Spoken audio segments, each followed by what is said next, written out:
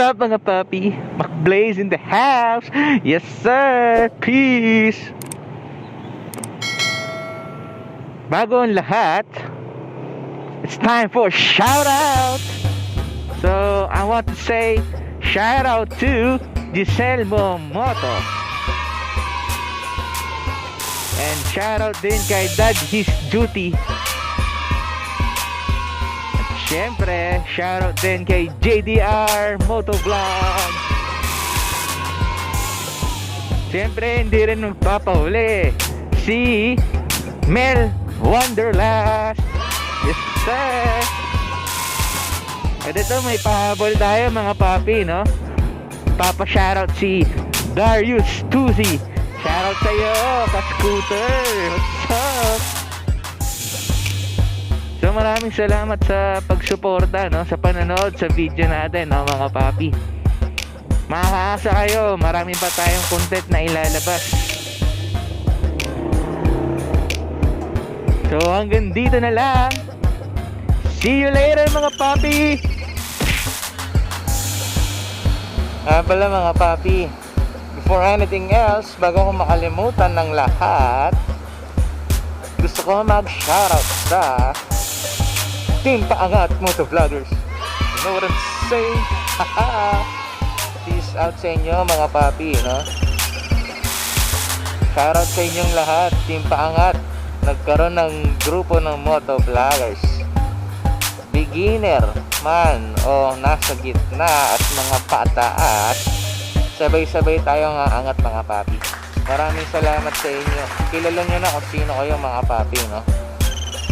Hindi dahil sa inyo, hindi tayo magkakaroon ng mga ideas.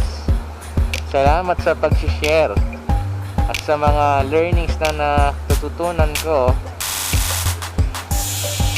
Shoutout sa inyo. Maraming salamat.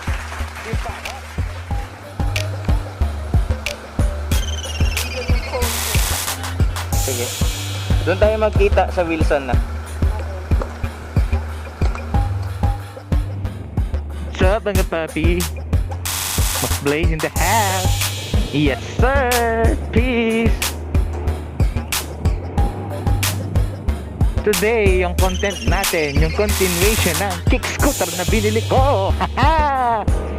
May kita na natin ginagamit ng asawa ko. Sana wag lang umulan, no? Kanina pa kulog ng kulog. Para tuloy-tuloy yung pagpadyak ni Mrs. So sasabayan natin siya, no?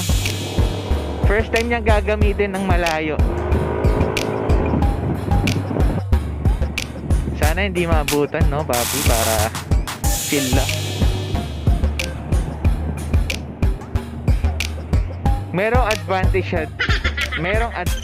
at disadvantage ang manual kick scooter, no, mga papi. Hindi ko masabi kung ano yung detailed advantage at disadvantage, pero based sa experience namin, no, si manual kick scooter, feeling ko mas durable siya.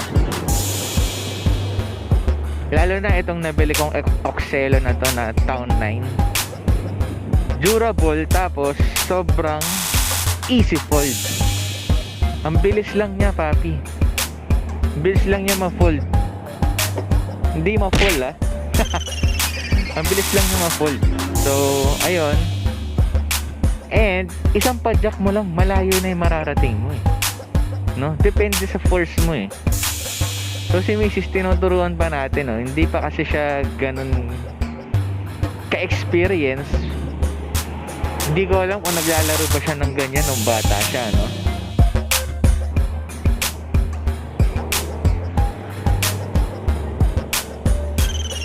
Sige, dito lang ako sa likod mo. Go lang. Dito ka sa asfalto.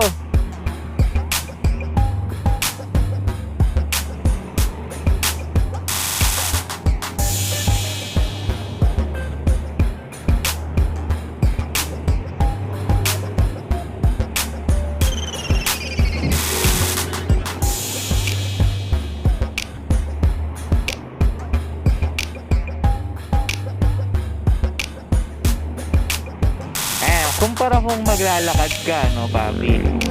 At least yan, exercise at the same time, medyo mabilis-bilis yan kaysa maglakad ka.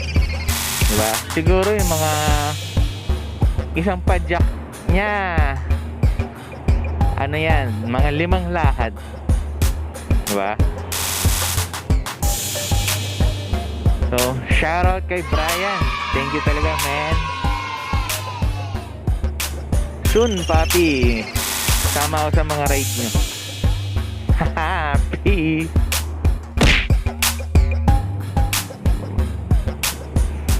Kasi, syempre, wala pa naman siya masyadong experience.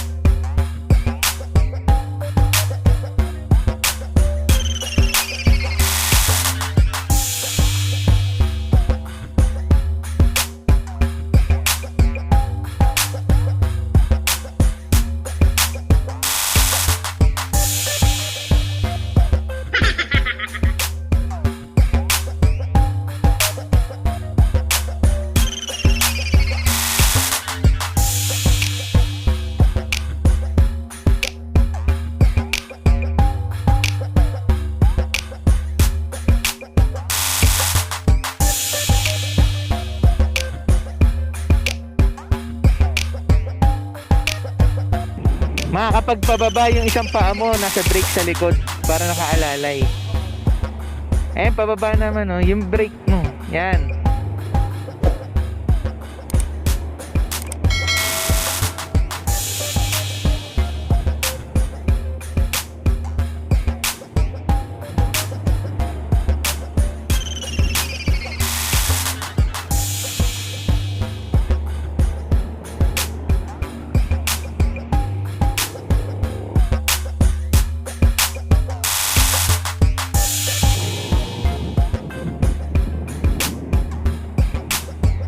Diyan na duman sa linya. Sabi ko dito ka na duman sa linya.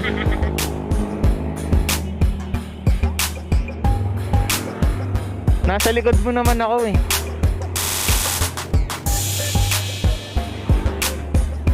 So mga papi, ito na yung magiging new normal, no? So kaya ang dami ko nang nakikita sa kalsada na nilagyan nila ng linya, bike lane. So yung mga scooter pwedeng dumaan doon.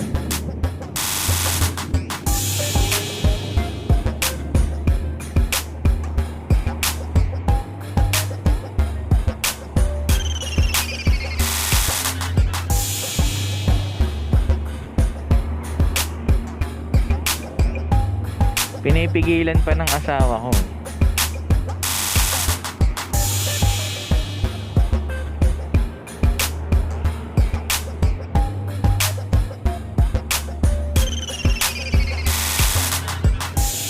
Yan na, papaba na, papi. Kunting tiis na lang.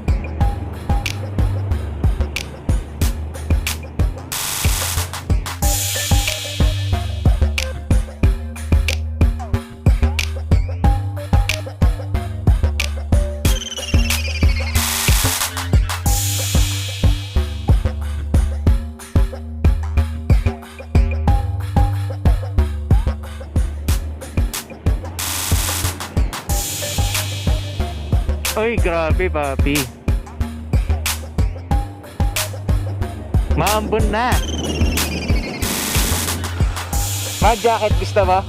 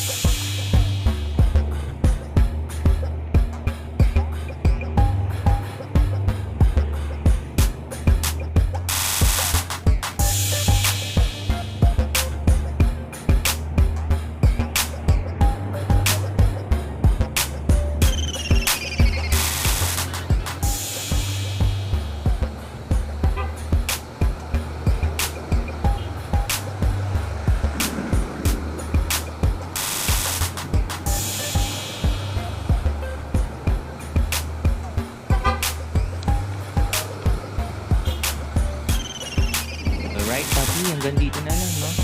Don't forget to like, share, comment, and subscribe. Ring nyo na rin yung bell para updated kayo sa mga upcoming videos ko. McFly is in the house. Yes, sir.